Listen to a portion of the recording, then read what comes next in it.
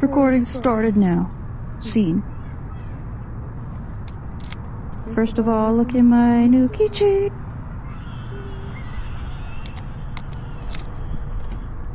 So, how do I control my motorcycle with just one hand? So, I'll show you my levers. We've got the dual lever stacked system.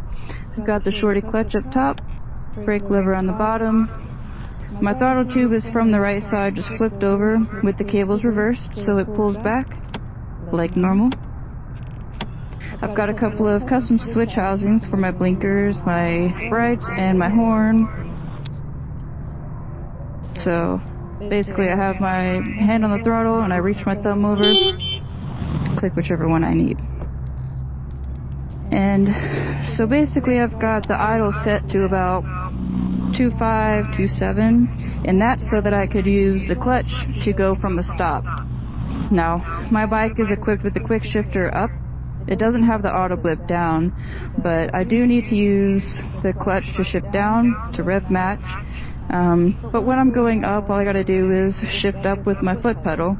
And so my feet controls are the exact same as everybody else's. I've got my shift pedal on the left, I've got my brake pedal on the right, and that's about it.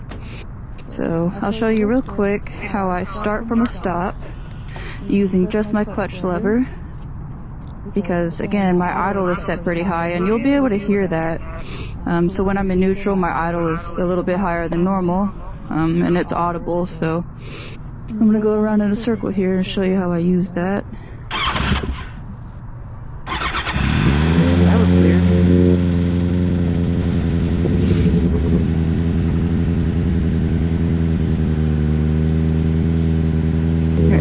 So I just pull the clutch lever in, my right foot is on the brake pedal, and then I slowly let off the clutch and the idle takes me going to about 12 miles an hour. That's what the idle speed is, with the idle set to about 2.7. So if I were to set it higher, my idle speed would be higher without any throttle input.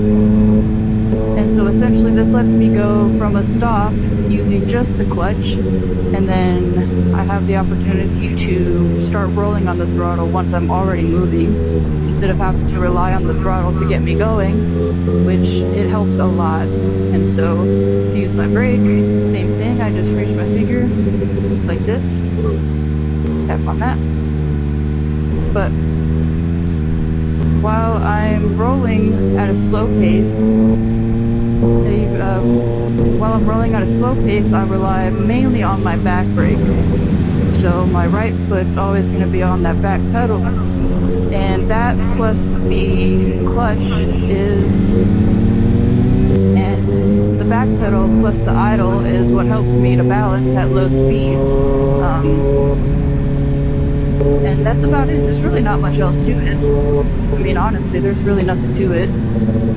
Just learning how to ride this way is pretty much the exact same as learning how to ride, you know, like normal with your controls as they are from factory. It just takes time, seat time. You got to get used to it, and that's really all it is. And so now I'll show you when I come to a stop. All I got to do is either engine brake down to a slow enough speed, and then once I get to a slow speed, pull the clutch in, put my foot on the rear brake pedal, put my left foot down to hold me, and that's that.